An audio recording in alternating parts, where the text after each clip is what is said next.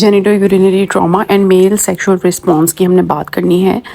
तो genito urinary trauma में हम देखेंगे कि जेनिटल एरिया में और यूरिनरी एरिया में जो भी ट्रॉमा होता है तो वो मोस्टली क्या होता है, ब्लंट ट्रॉमा। स्पेशली कि for example road traffic accidents हो गए कि दो गाड़ियां एक दूसरे के साथ टकरा गई और एकदम से जो है ना जेनिटल यूरिनरी एरिया में ट्रॉमा हो गया, या पेल्विक एरिया का ट्रॉमा हो सकता है, या ड्रग डायरेक्ट ब्लोज हो सकती हैं, या रिब फ्रैक्चर्स के साथ एसोसिएटेड हो सकता है। जैसे अगर फर्स्ट ऑफ ऑल हम देखें ना किडनी की इंजरी, तो किडनी आपको पता है हमारी जो पीछे वाली पोस्टीरियर एब्डोमिनल वॉल होती है ना, वहाँ पे होती है। तो वैसे तो किडनीज को लोअर रिब्स ने प्रोटेक्ट किया होता है, पोस्टीरियर एब्डोमिनल वॉल ने और सराउंडिंग मसल्स ने प्रोटेक्ट किया होता है। लेकिन अगर लोअर रिब फ्रैक्चर हो या डायरेक्ट ब्लो हो किडनी को, तो किडनी इंजर हो सकती है। अब किडनी की इंजरी का हमें कैसे पता चलेगा कि एक पेशेंट आएगा वो फ्लैंक पेन के साथ, तो हम सस्पेक्ट करेंगे कि उसको किडनी में या तो कोई स्टोन है या किडनी का ट्रॉमा की हिस्ट्री होगी। और उस एरिया में जब हम उसको खोल के देखेंगे तो वहाँ पे उसको निशान भी होंगे चोट के, और ऑब्वियसली उसको यूरिन में ब्लड भी आ रहा होगा। तो ये किडनी इंजरी है। अब दूसरा आता है हमारा ब्लैडर इंजरी। ब्लैडर इंजरी जो होती है ना, वो डिफरेंट होती है डिपेंडिंग अपॉन के ब्लैडर का कौन सा हिस्सा इंजर हुआ है, उसकी बेसिस पे साइंस आएंगे। और ये कि अब आपको पता होना चाहिए, जो ब्लैडर होता है ना, उसके दो क्लिनिकल रीजन्स हैं। जो उसका ऊपर वाला छाता है ना, जो उसकी डोम है ब्लैडर की, उसको पेरिटोनियम ने कवर किया होता है। इस वजह से वो एरिया जो ब्लैडर का ऊपर वाला होता है ना, वो इंट्रा पेरिटोनियल होता है। और जो इसका ब्लैडर का इंटीरियर वॉल होती है, ये नेक होती है, उसको पेरिटोनियम ने कवर नहीं किया होता, और वो एक्स्ट्रा पेरिटोनियल पार्ट है उसका। तो इसकी बेसिस पे देखें, अगर तो ब्लैडर का डोम ट्रॉमा होगा तो उसका प्रॉब्लम कोई और आएगा, और कोई और उसके साइंस आएंगे, कोई और प्रॉब्लम आएगी। और अगर ब्लैडर की नेक या इंटीरियर वॉल का मसला आएगा तो फिर उसका कोई और प्रॉब्लम आएगा। तो सबसे पहले हम इंट्रा पेरिटोनियल ब्लैडर रप्चर की बात करते हैं कि अगर ब्लैडर की डोम ट्रॉमा होती है तो क्या होगा। फॉर एग्ज़ाम्पल, एक बंदा गाड़ी में बैठा हुआ था और एकदम से उसका एक्सीडेंट हुआ, किसी भी दूसरी गाड़ी के साथ जाके उसकी टक्कर हुई, तो उसने सीट बेल्ट पहनी हुई थी, लेकिन क्या हुआ कि सीट बेल्ट की वजह से ही उसको ट्रॉमा हो गया, जो उसका ब्लैडर वाला हिस्सा था वहाँ पर। या दूसरा ये हो सकता है कि वो फॉर एग्ज़ाम्पल उसको किसी चीज़ ने डायरेक्ट आके ना, ब्लैडर उसका फुल था, भरा हुआ था, और डायरेक्ट आके उसके ऊपर ब्लो आई है, ठीक है। तो सडन क्या होगा, ब्लैडर कंप्रेस होगा और इंट्रावेसाइकल प्रेशर जो है वो रेज़ करेगा, जिसकी वजह से डोम जो ब्लैडर का है वो रप्चर होगा। अब क्या होगा, अब हमने ऑलरेडी बात की कि डोम जो होता है वो पेरिटोनियम के अंदर होता है, इंट्रा पेरिटोनियल है वो पार्ट उसका, जिसकी वजह से जो यूरिन होगा वो कहाँ पे आएगा, वो जो यूरिन कलेक्ट होगा वो पेरिटोनियम के अंदर कलेक्ट होगा, इंट्रा पेरिटोनियल ब्लैडर रप्चर में।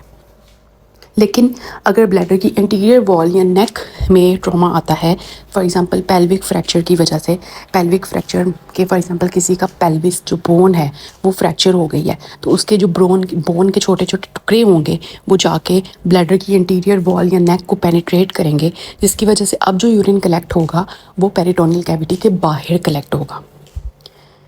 तो अगर तो ब्लैडर जो यूरिन है वो रेट्रोप्यूबिक स्पेस में कलेक्ट हो रहा है, स्पेस ऑफ रेडियस भी उसको कहते हैं, तो इसका मतलब ब्लैडर का इंटीरियर वॉल या नेक का ट्रॉमा हुआ है। लेकिन अगर यूरिन पेरिटोनियम के अंदर कलेक्ट हो रहा है तो फिर इसका मतलब ब्लैडर का डोम ट्रॉमा हुआ है। तो आई होप आपको समझ आई होगी कि ब्लैडर की कौन सा पार्ट इंजर होगा तो यूरिन कहाँ पे कलेक्ट होगा। अब इससे रिलेटेड हमने बात करनी है।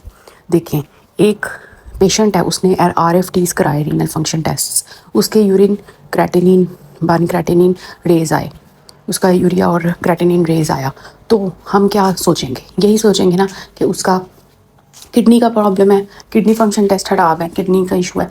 लेकिन अगर एक पेशेंट का ब्लैडर ट्रॉमा हुआ है और उसका बन क्रेटिनिन रेज्ड है, फिर आप क्या सोचेंगे, फिर आप ये सोचेंगे कि यूरिन पेरिटोनियल कैविटी के अंदर लीक हुआ है, ठीक है।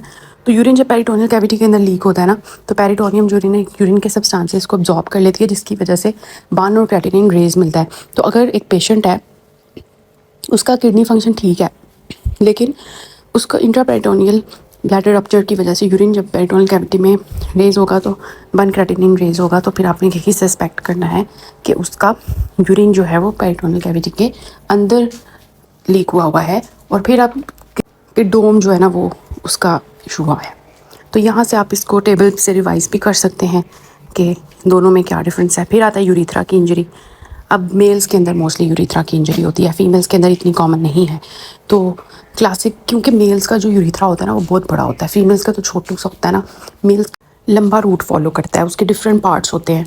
तो अब क्लासिक फाइंडिंग्स क्या है यूरिथ्रा की इंजरी की, कि आपको अगर एक पेशेंट की आप पेनिस देख रहे हैं और उसके यूरिथ्रल मेटस में आपको ब्लड कलेक्ट हुआ नज़र आ रहा है और उसके यूरिन में ब्लड आ रहा है और उससे यूरिन वाइड नहीं हो रहा, उससे यूरिन बाहर नहीं आ रहा है, इसका मतलब उसकी यूरिथ्रा की इंजरी हुई हुई है। तो अगर तो यूरिथ्रल मेटस पे ब्लड है ना ट्रॉमा के बाद, तो आपने कभी भी यूरिन कैथेटर इंसर्ट नहीं करना। कि एक पेशेंट है वो ट्रॉमा हुआ है उसका, वो आया है और अब वो यूरिन पास नहीं कर पा रहा, तो हम कहेंगे चलो यूरिन कैथेटर डाल देते हैं। लेकिन आपने देखना है सबसे पहले, अगर आपको यूरिनरी मेटस में ब्लड नज़र आ रहा है तो आपने यूरिनरी कैथेटर इंसर्ट नहीं करना, क्योंकि कैथेटराइजेशन की वजह से या तो फैल्स पैसेज बन सकता है या फर्दर यूरिथ्रा की इंजरी हो सकती है। तो perform the retrograde urethrogram to evaluate the urethra before catheterization. Urethra की इंजरी आपने अगर सस्पेक्ट कर रहे हो तो जल्दी से पहले उसको डायग्नोस करो और फिर फर्दर जाओ। ब्लैडर की इंजरी की अगर बात करें तो इसमें क्या क्या आपको क्लिनिकल साइंस मिल सकते हैं। कि ब्लैडर की इंजरी है तो आपको लगता है कि यूरिन में ब्लड आएगा, बिल्कुल हीमेचूरिया होगा और सुप्राप्यूबिक पेन होगी क्योंकि वहाँ पे ब्लैडर होता है, डिफ़िकल्टी वॉइडिंग होगी। तो ये सारी चीज़ें जो है ना ब्लैडर इंजरी को सस्पेक्ट करती हैं कि ट्रॉमा के बाद यूरिन में ब्लड आना, सुप्राप्यूबिक पेन होना, और हो भी सकता है कि वॉइडिंग डिफ़िकल्ट हो भी सकता है कि ना हो। तो think of bladder injury. Next is anterior urethral injury. अभी वो यूरिथ्रा की इंजरी भी हमने डिस्कस कर ली, किडनी की इंजरी भी हमने डिस्कस की, ब्लैडर की भी बात कर ली। यूरिथ्रा की जो इंटीरियर पोर्शन है ना उसकी बात करते हैं कि अगर इंटीरियर यूरिथ्रा इंजर हो। अब यूरिथ्रा का जो मेल यूरिथ्रा होता है ना उसका इंटीरियर पोर्शन होता है, पोस्टीरियर होता है। इंटीरियर यूरिथ्रा समझ लें, वो जो पेनिस के अंदर वाला यूरिथ्रा है ना उसको हम कहते हैं कि वो इंटीरियर यूरिथ्रा है। तो क्या होता है कि स्ट्राइडल इंजरी, देखिए फॉर एग्जांपल यहाँ पर इस तरह से पेशेंट इसके ऊपर ये गुजरा था और एकदम से उसका पेनिस जो है वो इसके ऊपर आके लगा और इसकी वजह से यूरिथ्रा इंजर हो सकता है। उसका इंटीरियर जो बल्बर पार्ट है या स्पंजी यूरिथ्रा है, तो इंटीरियर यूरिथ्रल डिस्ट्रप्शन हो सकती है, इसकी वजह से सक्रोटल हीमाटोमा होगा। उसके बाद आता है बग फेशिया। अब हमने ऑलरेडी डिस्कस किया था पिनाइल की जो फेशियल कंपार्टमेंट्स थे कि पेनिस को किस तरह से सबसे बाहर स्किन है, फिर सुपरफिशियल फेशिया, डीप फेशिया। तो हमने बात किया था कि डीप फेशिया था ना पिनाइल पेनिस का, उसको हम बग फेशिया कहते हैं। बग फेशिया किसको सराउंड कर रहा होता है? डीप फेशिया हमारे जो पेनिस की इरेक्टाइल टिश्यूज़ को। तो अगर तो बग फेशिया आपको इंटैक्ट नज़र आ रहा है, मतलब आपको वो डैमेज नज़र नहीं आ रहा, वो ठीक नज़र आ रहा है, तो जो यूरिन या ब्लड है ना वो पेनिस के अराउंड ही रहेगा, ठीक है। लेकिन अगर बग फेशिया रप्चर कर जाता है तो क्या होगा कि वो जो नीचे यूरिथ्रा पड़ा हुआ था उसके अंदर से यूरिन जो है वो बग फेशिया को एस्केप करके सुपरफिशियल स्पेस में कलेक्ट हो जाएगा, सुपरफिशियल पेरिनियल स्पेस में। तो अगर superficial perineal space is continuous with the tissues of scrotum, penis and lower anterior abdominal wall, तो क्या होता है कि अगर किसी का बग फेशिया, अगर उसके पेनिस की इंजरी हुई है, तो अगर पेनिस की जो डीप फेशिया है जिसको हम बग फेशिया कहते हैं, अगर वो इंजर होगा तो यूरिन जो है वो बग फेशिया को क्रॉस करके बाहर सुपरफिशियल पेरिनियल स्पेस में आ जाएगा, क्योंकि सुपरफिशियल पेरिनियल स्पेस जो होती है ना वो बग फेशिया के बाहर होती है। तो सुपरफिशियल पेरिनियल स्पेस में हमारे कौन कौन सी चीज़ें आती हैं? Scrotum, penis and lower anterior abdominal wall. तो यूरिन या ब्लड अगर आपको स्क्रोटम, पेनिस में या लोअर इंटीरियर एब्डोमिनल वॉल में मिल रहा है तो थिंक कि उसका बग फेशिया डैमेज्ड है। ये बहुत इंपॉर्टेंट चीज़ थी। नेक्स्ट आती है posterior urethral injury. Posterior urethral injury कैसे हो सकती है? एंटीरियर तो हमने बात की ना कि वो आगे है तो पेनिस की इंजरी है तो साथ में यूरिथ्रा की इंजरी हो गई, लेकिन जो पोस्टीरियर यूरिथ्रा है जो पीछे है वो प्रोस्टेट के लेवल पे है, तो ऑब्वियसली वो जो पार्ट होगा यूरिथ्रा का वो कब डैमेज होगा? फॉर एग्जांपल पेल्विक फ्रैक्चर, किसी की पेल्विस फ्रैक्चर हो गई है तो उसका मेम्ब्रेनस यूरिथ्रा डिस्टर्ब हो सकता है, स्पेशली बल्बो मेम्ब्रेनस जंक्शन के लेवल पे। अभी यूरिथ्रा की एनाटमी की हम डिटेल में नहीं जा रहे, हम जस्ट ट्रॉमा डिस्कस कर रहे हैं। तो मेम्ब्रेनस यूरिथ्रा जो होता है ना ये पेल्विक फ्लोर के साथ ना के अंदर ना फिक्स हुआ होता है। जब पेल्विक फ्रैक्चर होता है ना तो उसकी वजह से क्या होता है कि ये यूरिथ्रा जो होता है ये मेम्ब्रेनस यूरिथ्रा डैमेज होता है, ठीक है, क्योंकि बिल्कुल पेल्विक फ्लोर के साथ है तो पेल्विक फ्रैक्चर जैसे ही होगा साथ ही यूरिथ्रा साथ ही उसके पड़ा हुआ है तो डैमेज हो जाएगा।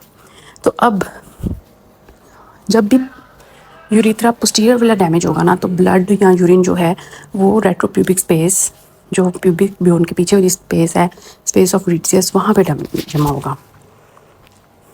तो हमें हाई राइडिंग प्रोस्टेट मिलेगा क्योंकि वो जो सपोर्टिंग स्ट्रक्चर्स थे वो डैमेज हो गए थे, जिसकी वजह से क्या होगा कि प्रोस्टेट जो होगा ना वो ऊपर की तरफ चला जाएगा।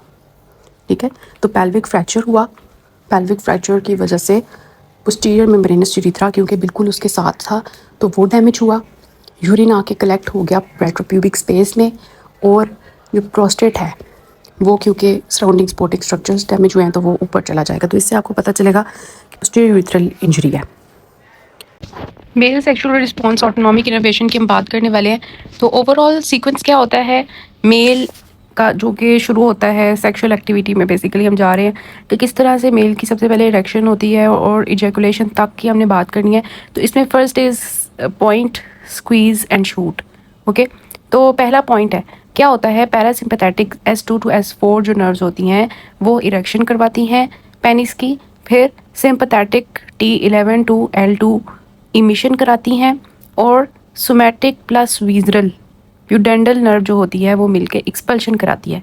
सो ये चीज़ें S2 S3 S4 और ये सारी keep the penis of the floor.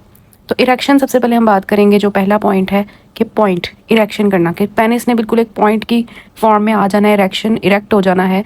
उसके लिए parasympathetic nervous system S2 to S4 nerves involve होती हैं। पैरासिम्पैथेटिक जब भी नर्व्स एक्टिवेट होती हैं तो नाइट्रिक ऑक्साइड रिलीज़ होता है। नाइट्रिक ऑक्साइड क्या करता है, साइक्लिक जीएमपी को ज़्यादा करता है। साइक्लिक जीएमपी जो पेनिस के स्मूथ मसल्स होते हैं उनको रिलैक्स करवाता है, पेनिस की वेसल्स डायलेट करती हैं, ब्लड फ्लो इरेक्टाइल टिश्यू में बढ़ता है और पेनिस इरेक्ट हो जाता है। जब भी ब्लड फ्लो बढ़ेगा तो पेनिस इरेक्ट हो जाएगा। तो रेस्ट स्टेट में रिलैक्सेशन किस तरह से इरेक्शन कराती है कि जो स्मूथ मसल्स होते हैं पेनिस के अंदर वो जब रिलैक्स होते हैं तो वो रिलैक्स हो जाते हैं ना, तो ब्लड वेसल्स को डायलेट होने का मौका मिल जाता है।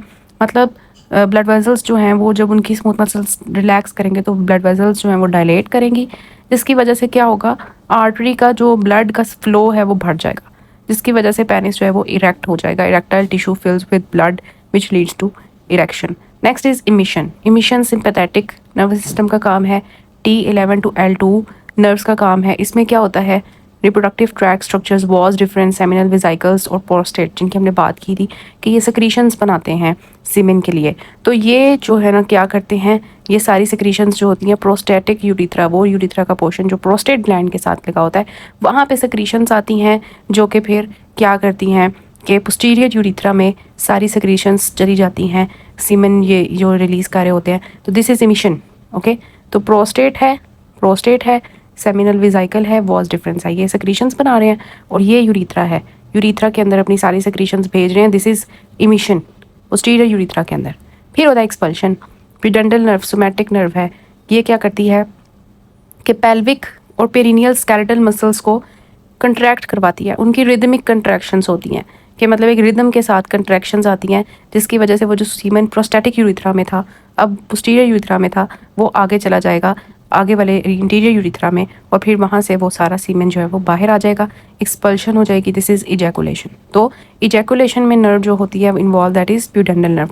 क्लिनिकल इंटीग्रेशन क्या हमें समझ आई कि S2 to S4 parasympathetic pathways ने इरेक्शन करवानी है पेनिस की, T11 to L2 sympathetic pathways ने इमिशन करवानी है सारी सीमेन की into posterior urethra which is prostatic urethra from the vas deferens seminal vesicle and prostate, और प्यूडेंडल नर्व ने एक्सपल्शन करवानी है। वो जो पोस्टीरियर यूरिथ्रा में सीमेन इकट्ठा हुआ था वो अब आगे आ जाएगा कंट्रैक्शन ऑफ स्केलेटल मसल्स की वजह से थ्रू द प्यूडेंडल नर्व, तो ये एक्सपल्शन कराएगा। तो different patterns of sexual dysfunction depending upon the level of injury. अब यहाँ पे कहीं भी इंजरी आ जाएगी किस, तो इन पाथवेज में पैरासिम्पैथेटिक खराब है तो इरेक्शन नहीं होगी, सिंपैथेटिक खराब है तो इमिशन नहीं होगी, प्यूडेंडल नर्व डैमेज है तो एक्सपल्शन नहीं होगी। तो ये यहाँ पे आप इसको रिवाइज भी कर सकते हैं इस टेबल में कि किस तरह से ये सारा सीमेन का जो होता है सेक्सुअल एक्टिविटी वो इन्वॉल्व होती है। तो यहाँ से आप इसको रिवाइज भी कर सकते हैं। जो हमने देखा कि ब्लैडर कौन कौन सी इंजरीज़ होती हैं, और यूरिथ्रा की, ब्लैडर की और किडनी की और हमारे सारे, और यूरिन कहाँ पे इकट्ठा होगा तो हमें कैसे पता चलेगा। याद रखें कि अगर बगफिशिया रैप्चर होगा तो सुपरफिशियल पेरिनियल स्पेस में यूरिन इकट्ठा होगा, लेकिन अगर वो इंजर्ड नहीं होता तो वो यूरिन जो है वो लीक नहीं करेगा। और अगर एक्स्ट्रा पेरिटोनियल ब्लैडर वॉल या ब्लैडर की नेक का इशू है, एंटीरियर ब्लैडर का इशू है या पोस्टीरियर यूरेथ्रा का, तो यूरिन रेट्रोप्यूबिक स्पेस में जाएगा। लेकिन अगर इंट्रा पेरिटोनियल ब्लैडर फटेगा तो यूरिन जो है वो पेरिटोनियल कैविटी में जाएगा और हमारे यूरिया क्रिएटिनिन रेज्ड होंगे। So this was about, I hope आपको समझ आई होगी मेल रिप्रोडक्टिव सिस्टम की